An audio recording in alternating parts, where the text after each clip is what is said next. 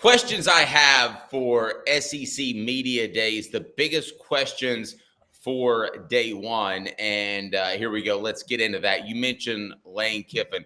My question, too, is just how hot will South Carolina be considered? You know, they've come into SEC Media Days before when Shane Beamer had a rap video for recruiting. He is something special. But how hot are they now? Because I get the feeling that this could be Shane Beamer's last media days with the SEC. They finished 5-7. They had an exciting end, which included that Tennessee win to the 2022 season. So what do you make of how hot South Carolina is, if at all, or how not South Carolina may be?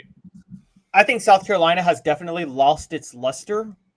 And a lot of that has, for those who don't remember, in 2022, they were all but written off for dead as they were 5-5, I want to say at the time. I'm sorry, they were 6-5. And we didn't think that they would even be able to go to a bowl game or 6-4, excuse me. They were 6-4. They were closing out the year against Tennessee and Clemson. Both were going to have a spot in the college football playoff if they won, and they upset both. They obviously blew out Tennessee, and then they beat Clemson. And so then everybody has this hype behind Spencer Rattler entering 2023, and they just fall apart and go 5-7. The real question for Shane Beamer, and I don't know if anybody's going to have the gall to ask this. Connor Stalions in the Michigan scandal was directly tied to South Carolina in 2022. Many people believe that Connor Stalions gave information on Tennessee and Clemson. I just want to know, did Shane Beamer benefit from that? Is that the only reason he has a job today? Might well be. Might well be one of those situations, kind of like the Georgia basketball team when they won the SEC tournament, that they would have been better off had they lost at the time. So they could fire Dennis Felton. Yeah, they were stuck with Dennis Felton. And in this situation, you're kind of stuck with Shane Beamer. I remind you that the program represented by Banks and Jones, Lane Kiffin, is he still hot, or how hot is he? The show represented by Banks and Jones. Well, it's because they're Tennessee's trial attorney. You can play to win with Banks & Jones because they'll go to trial. You've heard of other lawyers. They say they'll go to trial and fight for you. They won't. They just want to settle. That's the easiest way out. Well, that's not Banks & Jones, led by T. Scott Jones. They won't settle. They'll go to trial for you. Tennessee's trial attorney. They play to win. Truly, Tennessee's trial attorney when it comes to criminal defense or personal injury. Why settle? Banks & Jones, T. Scott Jones, banksandjones.com. All right, other questions for SEC Media Days that I have, and that is, how many now? I'm asking that of Clark Lee.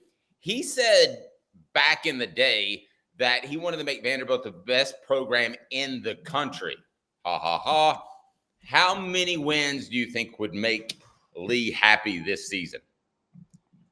Well, he obviously had a major drop-off. He went, for those who don't remember, in 2021, he went 2-10. In 2022, he goes 5-7, closes out the year with wins over Kentucky and Florida, and you really start to think that Vanderbilt has something going. As a matter of fact, Dave, after Tennessee lost to South Carolina in 2022, I don't know if you know this, Kirk Herbstreit picked Vanderbilt to beat Tennessee. I think it was Kirk. It was one of the College Game Day guys said Vanderbilt would beat Tennessee because they wouldn't care about that game.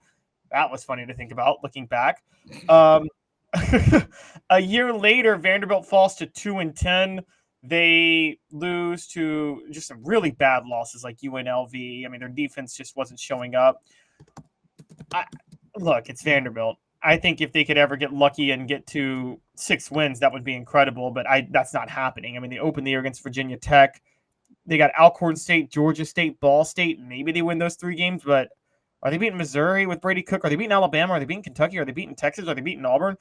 The only other win I see is the other team on the podium at SEC Media Days this year, the only SEC win, and that would be South Carolina at home. I think that's the only SEC team they have a chance of beating this year. It's LSU, Ole Miss, South Carolina, and Vanderbilt. Let's turn our attention for a moment to Ole Miss.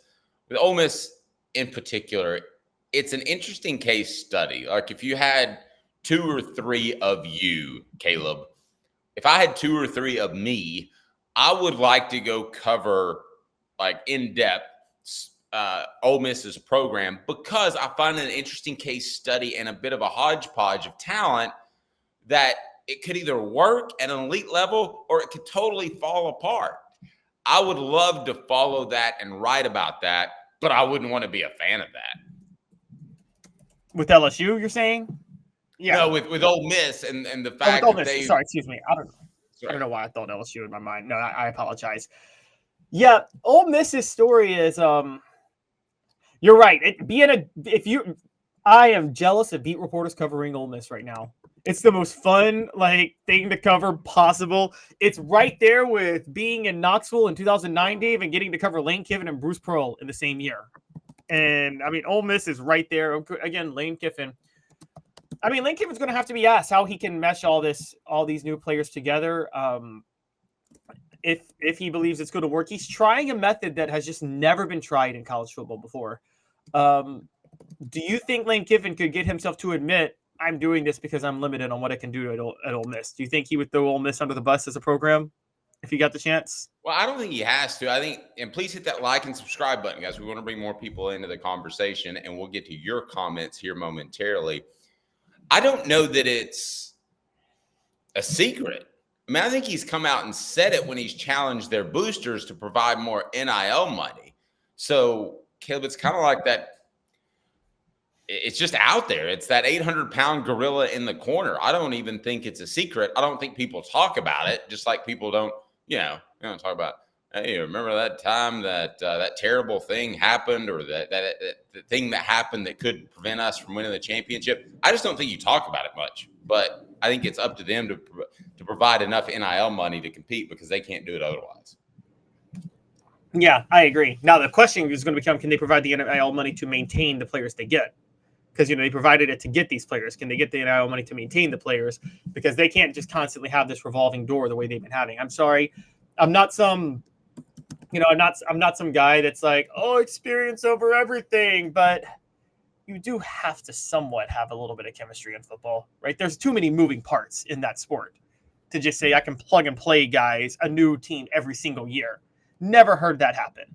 So I think that Lane Kiffin in Ole Miss, I mean, this is going to be a big test for them. This is going to be something if Ole Miss pulls off a 10-2 season, 11-1, or is in the college football playoff, or somehow gets to the Final Four or something like that, Lane Kiffin's going to be the most in-demand coach once again in college football, because that would be a really hard thing to do given how much he had to replace. And I don't think anybody would have ever seen a coach pull that off before.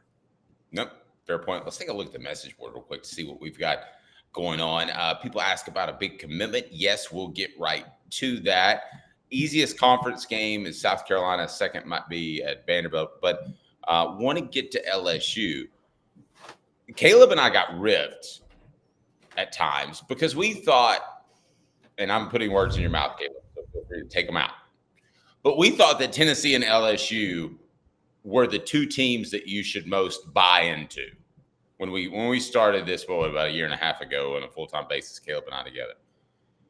I don't feel as strongly about LSU. But Caleb, I'm curious what you think. I still feel pretty strongly because it's LSU and it's just very easy to get Louisiana talent, nonstop, top 5 talent in the country every year. And Brian Kelly is, again, the best coach LSU's had since Nick Saban.